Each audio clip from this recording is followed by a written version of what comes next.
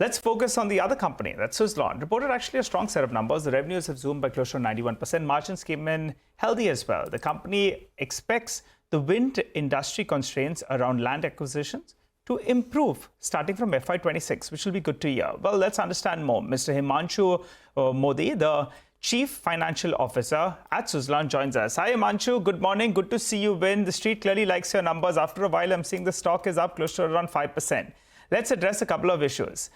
Execution was good in the past quarter. Do you expect execution in quarter 4 to say be 25% better than what we saw in quarter 3? Could that be a possibility? And also, if you could help us out with margins. You told us it will improve. It has improved. Does it have scope to further improve in quarter 4? Execution and margins. Please go ahead. So execution, there are two ways to look at it. Clearly from the deliveries manufacturing front, I think we will continue the growth trajectory, certainly from Q3 to Q4 as well. On-ground execution is where, not only Suzlon, but as an industry, there are certain challenges which we are looking at ironing out. So from an execution where what we call commissioning of the turbines, which is whether land issues or power evacuation issues, that is taking a little more time than we anticipated. But I think clearly no red flags there. It is just about being a little patient. It's on the right track for commissioning as well, whilst deliveries will continue to grow. So far as margins are concerned, I don't think we will see a growth from Q3 to Q4. But I think directionally, as we are getting economies of scale and volumes of our manufacturing is kicking in, we are seeing better margins kicking in and getting the leverage for us from a negotiation perspective. Okay, all right. On the execution parameter, you did around 450 megawatts in quarter 3. So quarter 4 could be better than that, 20-25% better. So we end the year then closer to around 1.5, 1.6, right? So again, I won't give numbers, but yes, traditionally... My numbers are not very off, Himanshu. My numbers are not very off. I know you guys. So don't worry, Q4, all I will say is Q4 will be better than Q3.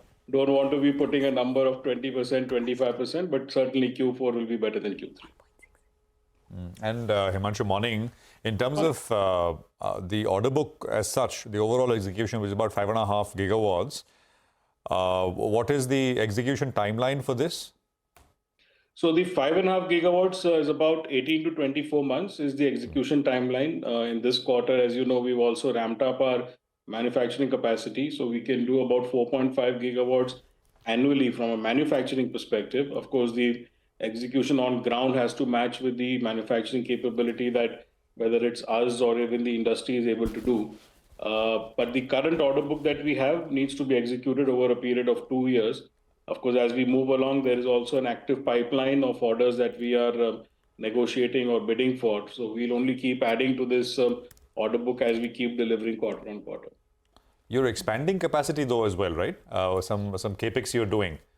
But even as you're saying, there is a bit of a mismatch between current capacity and execution on ground? Yes, certainly from a manufacturing capacity vis-a-vis execution on ground, there is a mismatch which will take some time to catch up. So, until about 6 months back, our manufacturing capacity was restricted to about a little over 3 to 3.5 gigawatts. We've now expanded that to 4.5 gigawatts. Our new plant in Pondicherry has now been commissioned. Our new blade molds that we've ordered have been commissioned. So as we enter the new fiscal FY26, we will be entering with a full rated capacity of about 4.5 gigawatts per year from a manufacturing perspective. And our growth Capex would continue. So there, we've given guidance always that close to about 300 to 400 crores a year for the next 2 to 3 years has been earmarked as Capex for growing the capacities. Himanshu, so just to get it right, you're saying that Q4 margins should not be directionally higher than Q3. So Q4 margins similar to Q3 levels, or will it be lower? And again, getting back, because I remember in one of your earlier conversations in this year, you had spoken about a 1.6 gigawatts execution target for FY25. Does that hold? So on the margin front between Q3 and Q4, I think, it will be fairly similar. As and when you must appreciate that as and when the projects activity or the EPC activity picks up, which is a lower margin business, it does have an impact on the blended margin. So So, I mean, I don't see too much of a difference between Q3 and Q4 margins as we move along. So far as annual capacity on what we can deliver, we've done 977 so far, and across all parameters in the 9 months of this financial year, we've already exceeded what we did for the full year in FY24. So as I said, Q4 will be better than Q3, which means it will certainly be higher than 447. Now, where we land up with that number, of course, time will tell when we reconvene sometime in May. Just one more word. So far, what we've heard from Donald Trump is sort of anti-renewables. Does that hurt the sentiment surrounding your business while you are covered for the next 18 to 24 months, given your order intake and the order book and the visibility that you have for the next 2 years? But what are your clients, global customers, talking about the renewable demand going forward? So I think we of course all heard the commentary that's coming from the US from President Trump. I mean, all I like to say is that in his first term, and that is data available, renewable energy both in India and US have significantly grown. So we haven't read the details on what the executive order states, but so far I don't see any impact on that, at least in the Indian market.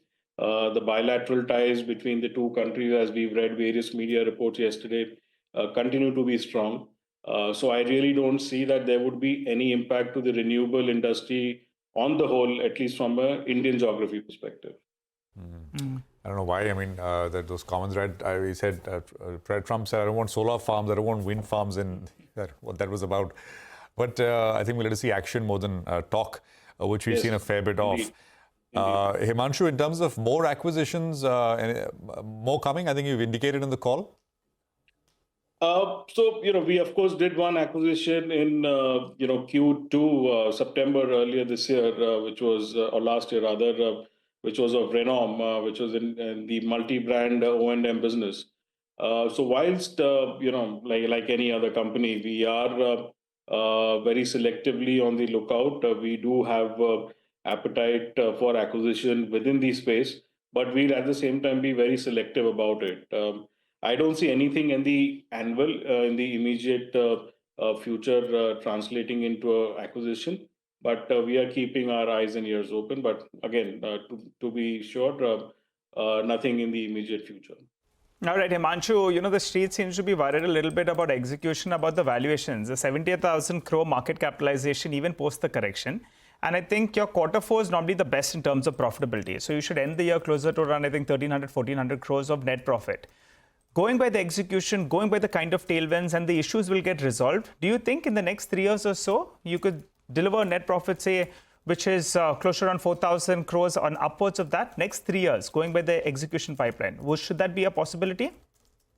So again, I don't want to comment on 4,000 crores and 2 years, 3 years outlook. I mean, there are more than half a dozen analyst reports out there, which now directionally give certain numbers about the company.